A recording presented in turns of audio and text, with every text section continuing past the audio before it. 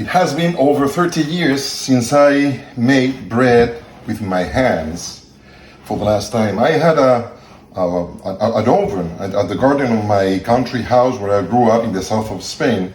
And since then, I have never tried to cook bread again. Now I am in Canada trying to make some bread after over 30 years.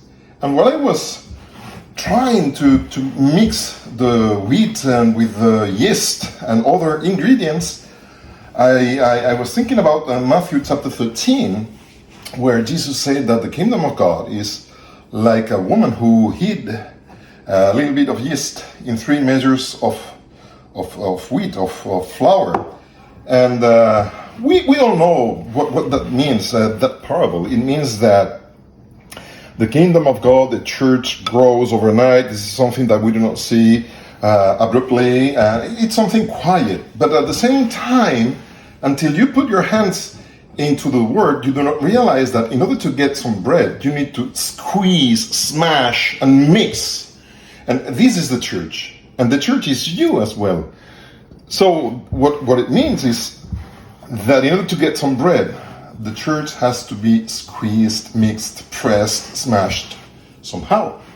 So it is not an easy way, it is not an easy path, and once in a while God has to add new people to the church in order to get the right texture, to get the best bread. And sometimes we are reluctant to accept new people at the church. But this is another issue that I don't want to discuss right now.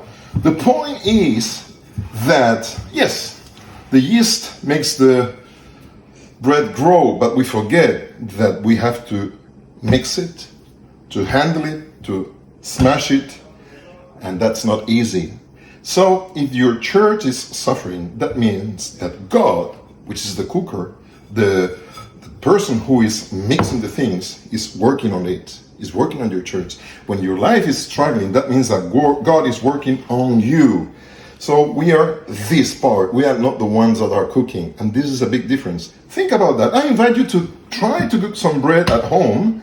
And you will understand many of the things that Jesus said in the Bible. Among them, this parable. Just try. You will think differently.